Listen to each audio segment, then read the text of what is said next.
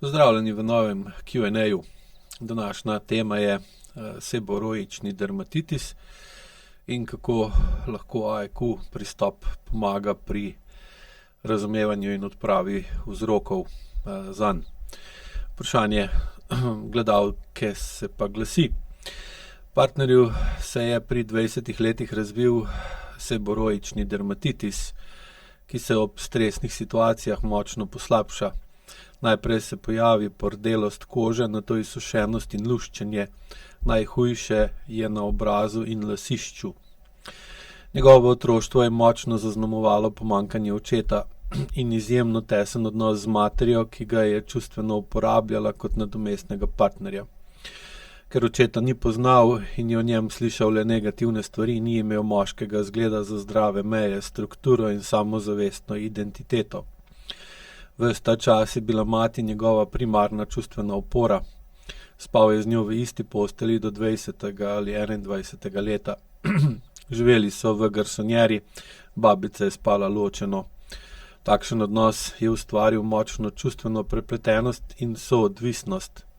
Dokler ni spoznal mene, je bila mati zanj na prvem mestu. Ko je začela izgubljati vpliv nanj, se je obrnila proti njemu, mene pa je začela dojemati kot grožnjo in me ne more sprejeti. Za boljše razumevanje samega stanja ali pa odnosov, ki so v tem današnjem vprašanju opisani, priporočam, da si pogledate dva podcasta, ki sem jih snemal z gospodom Petrom Topičem o čustvenem incestu, ker je tukaj razvidno iz vprašanja, da tukaj gre za zelo močen čustven incest. In ko boste gledali podcasta, je noter večkrat povedano tudi, da tako stanje, tega odnosa med staršem in otrokom, ko otrok nadomešča partnerja, ker je v bistvu čista definicija čustvenega incesta, je otrok v močni stiski, je ogrožen, je nemočen, v bistvu na njega se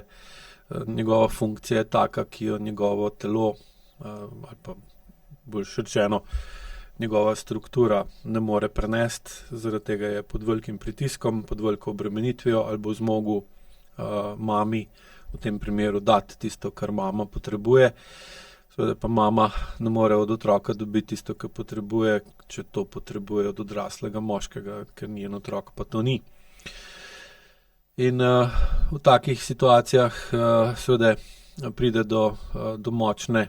in dolgotrajno povišene aktivacije simpatičnega stanja avtonomnega živčnega sistema, ki v tem primeru v bistvu povzroča nerazrešen notranji konflikt med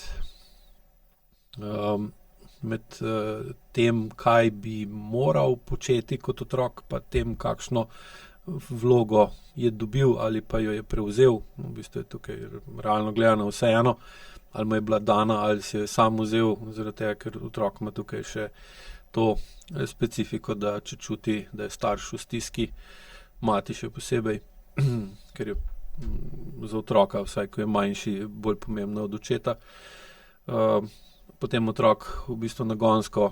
testira, išče, opazuje in sprejema določene vloge,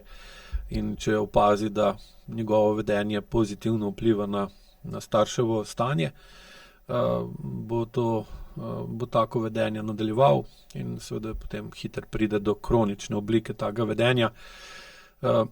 ki čeprav iz telesa dobi občutke, da to ni v redu, da se ne počuti dobro, da mu ni v redu,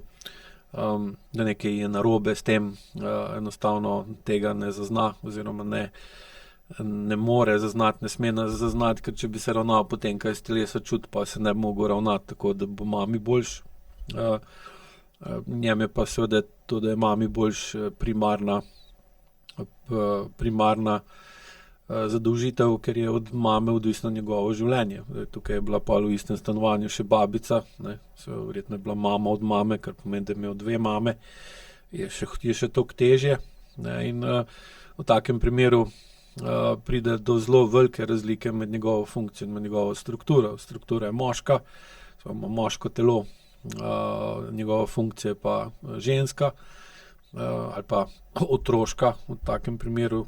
ker se pol tudi zaradi čustvenega incesta pogosto pride potem do tega, da se odraščanje ustavi oziroma upočasni,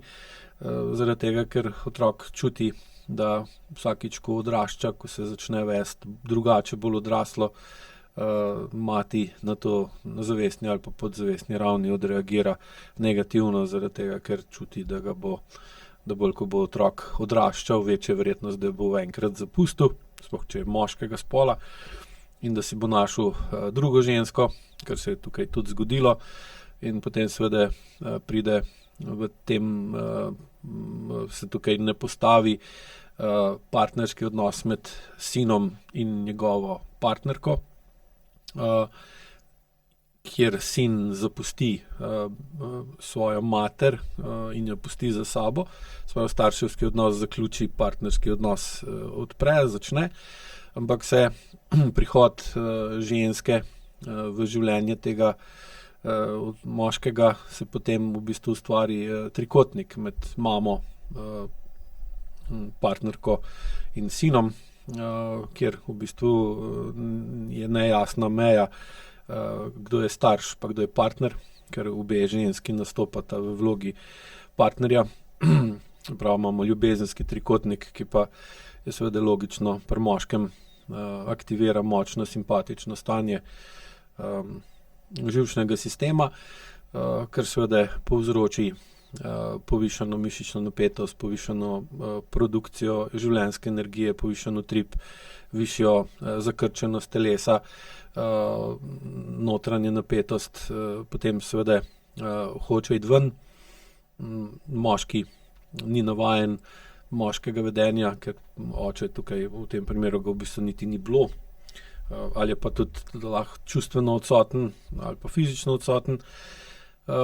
In seveda pa tudi mlad moški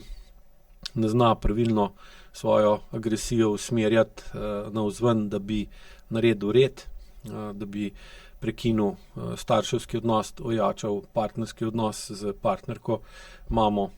pustil za seboj, tako kot bi bilo primerno in pravilno. In seveda se ne more razviti v zdrav moški odnos do sebe in s tem posledično tudi nima moškega vpliva na okolje, čeprav njegova struktura je moška, funkcija ni in se ustvari močne notranje napetosti, ki jih pa ne more izraziti na učinkovit način in jih potem more izražati na način, ko pride do spremembe kože. Koža zaradi nepravilne funkcije moškega pride potem do nepravilne funkcije kože, ki začne v tem primeru delovati kot področje, skozi katerega se izraža višek te napetosti, višek notranje energije. Na nek način lahko rečemo, da se skozi kožo hladi, kar pa seveda, če se to dogaja kronično in da hladi take stvari, kot so potlačena čustva, ker eno je, da se vi skozi kožo hladite zaradi tega, ker je zunaj vroče ali pa soparno, polet recimo, je eno, tukaj pa v bistvu se koža pregreva, znoja pa ni, ne, ali ga pa je pa premalo, ni direktne povezave, tako kot recimo, če ste na vročem poletnem soncu, kjer se začnete znojiti in se v bistvu koža hladi tudi na ta način. Tukaj je pa hlajenje primarno skozi vnetje, ki ga ne povzroča temperatura, ampak povzroča v bistvu razlika med pritiskom, se pravi, oseba ima v telesu višji pritisk, kot je okrog nje, in večja je razlika med notranjim in zunanjim pritiskom, pod večjim pritiskom ali pa pod večjo obremenitvijo je koža, in zato pa koža, ker jo uporabljamo, ker ima nepravilno funkcijo, v bistvu dobimo, se potem pride do nepravilne strukture kože in dobimo diagnozo seboričnega dermatitisa. Tukaj bi omenil še to povezavo med hladnejšim vremenom, ki je običajno negativno, ali pa bolj suhim vremenom, ki bolj negativno vpliva na razvoj tega stanja, se pravi, se takrat poslabša. Predvsem zato tega, ker je nižji zunanji pritisk. Tukaj ne govorimo o zračnem tlaku, takem, ki je pri vremenu, čeprav tudi ta delno vpliva na to, ampak predvsem o količini energije v okolici te osebe. In seveda hladnejško je, nižji je zunanji pritisk, nižjo je vlaga v zraku, manj je energije v tem zraku in je potem razlika med notranjo energijo te osebe in zunanjo okrog njega večja in potem seveda tudi pride do izbruhov tega srbečice pa luščenja kože. In nasplošno, bolj ko recimo oseba živi v umirjenem okolju, sploh če je prej prihajala iz okolja, kjer je bilo zelo napeto, kot tukaj si lahko predstavljamo, da so vsi skupaj živeli v eni garsonjeri, mati, babica, on, spala sta skupaj v isti posli, prostore je bilo premalo, nezdravo okolje, kakorkoli obrnemo, v obliki odnosov, pomanjkanje očetovega vpliva, moškega vpliva in lahko rečemo ali pa si lahko tudi predstavljamo, da je ta moški živel dolg časa v okolju zelo visoke napetosti. Hkrati lahko tudi razmišljamo o tem, da če ima z mamo partnerski odnos, namesto starševskega odnosa, pa še spi skupaj z njo v isti postelji, pogosto pride pa do erotičnih odnosov na podzavestni ravni ali pa v sanjah ali pa tudi na polzavestni ravni, kar pa seveda še bolj dviguje napetost v prostoru in potem, ko tak moški recimo gre nekam drugam, kjer se stvari malo sprostijo, ker mama recimo ostala zadaj, pa jo je pustil za sabo, saj začasno je razlika med notranjim pa zunanjim pritiskom še toliko večja in potem so lahko izbruhi dermatitisa še toliko močnejši. Enako seveda tudi pozimi, ko je hladnejši zrak, bolj suh zrak, ima nasplošno manj energije. To je tudi zaradi tega, ker ima pozimi zrak ali pa zunanjost našega doma nižjo energijo, moramo mi ogrevati stanovanje ali pa hišo, ker če bi bila energija v hiši enaka zunanji, bi nas zeblo, ker bi bilo premalo energije, zato moramo pa iz elektrike, nafte, plina, paletov in drv ustvarjati, dodajati energijo v prostor, da se zviša notranji pritisk, notranja napetost. Tako da v vseh teh primerih se pokaže zelo jasen nezdrav odnos v takem primeru med staršem in otrokom in ta nezdrav odnos, čeprav so se ga navadili na njega ali pa so ga dojeli kot normalnega, je bil še vedno nezdrav, se potem kaže tudi v nezdravi koži v tem primeru in pristop AIQ-ja je, da se v takem primeru oseba loti zniževanja senzorno-motorne amnezije, dviganja čustvene zrelosti iz dveh razlogov. Prvi je, da bolj začuti, v kakšnih odnosih je in v kakšnih odnosih je bil v preteklosti. Zato rabi znižati SMA pa dvigati čustveno zrelost, da lahko sploh v bistvu se sooči z težjimi spoznanji, ki jih zahteva od njega razmišljanje o preteklosti, na kakšen način je živel in drugače razume stvari, ki jih ima v spominu, postavlja stvari v drugačen kontekst. In bolj kot to vidi, bolj lahko v bistvu tudi začuti kronično notranjo napetost, povišan pritisk, pretirane odzive in podobno. In na osnovi tega lahko začne to urejevati, zmanjševati, da je vedno manj v simpatičnem stanju, da je vedno večkrat v parasimpatično stanje in seveda s tem vzame veter iz jader dermatitisu, ki temelji pa predvsem na kronično preaktivirani simpatičnem stanju avtonomnega živčnega sistema. Če boste pogledali, kaj recimo kortikosteroid kreme naredijo, ki jih uporabljajo ponovadi pri tem, je,